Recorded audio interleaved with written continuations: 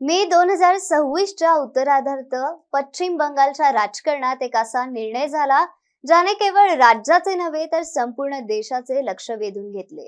मुख्यमंत्री सुवेंदू अधिकारी यांनी डिटेक्ट, डिलीट आणि डिपोर्ट या मोहिमेची घोषणा केली आणि त्यानंतर पश्चिम बंगालमध्ये अवैध बांगलादेशी घुसखोरांविरोधात व्यापक कारवाई सुरू झाली। अनेक दशकांपासून पश्चिम बंगालमध्ये बांगलादेशातून होणारी घुसखोरी हा राजकीय आणि सामाजिक वादाचा विषय राहिला आहे। सीमावर्ती जिल्ह्यामधून मोठ्या प्रमाणात लोक भारतात येतात, काही जण रोजगारासाठी तर काही जण कायमस्वरूपी वास्तव्यासाठी। भाजपचा आरोप असा आहे की यातील अनेक लोकांनी कालांतराने मतदार ओळखपत्र, रेशन कार्ड, आधार सारखी कागदपत्रे मिळवली आणि ते राज्यांच्या विविध योजनांचे लाभार्थी बनले। तृणमूल काँग्रेसने मात्र हा आरोप अनेकदा फेटाळून लावला आहे।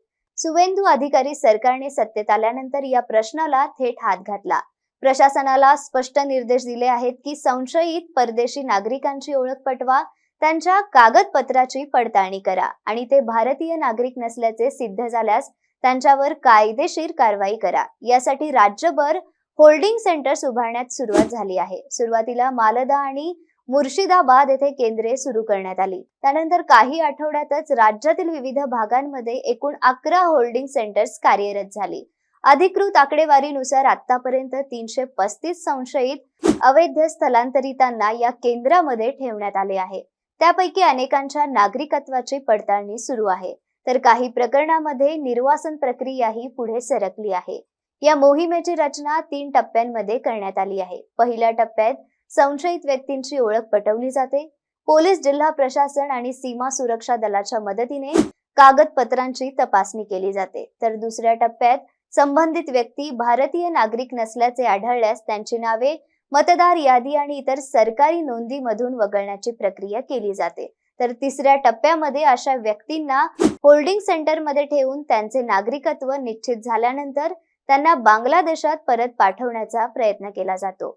सरकारचे म्हणणे आहे की ही मोहीम राष्ट्रीय सुरक्षा, सीमा सुरक्षा आणि मतदार यादींची शुद्धता राखण्यासाठी आवश्यक आहे।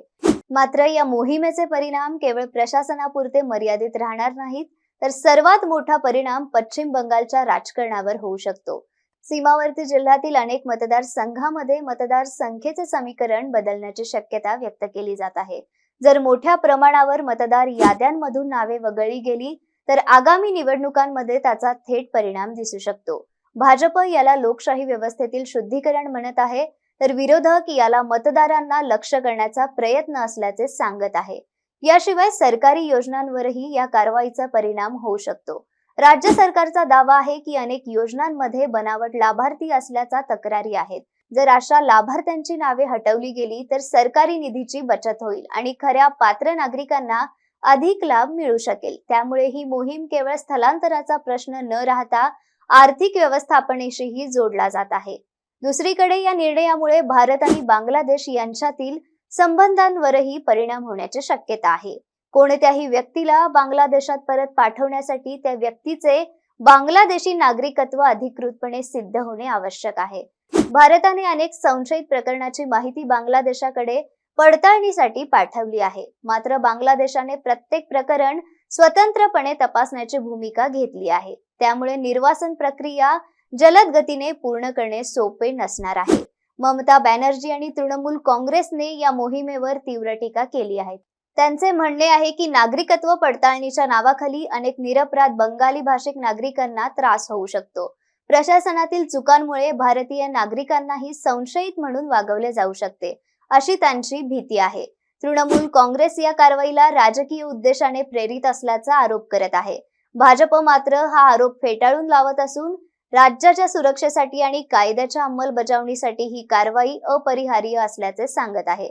आता संपूर्ण पश्चिम बंगाल बांगलादेशी मुक्त होणार का आणि घुसखोरांना कायमचा आळा बसणार का, याविषयी आपलं मत काय ते आम्हाला कमेंटमध्ये नक्की कळवा आणि चॅनलला सबस्क्राईब करा। धन्यवाद।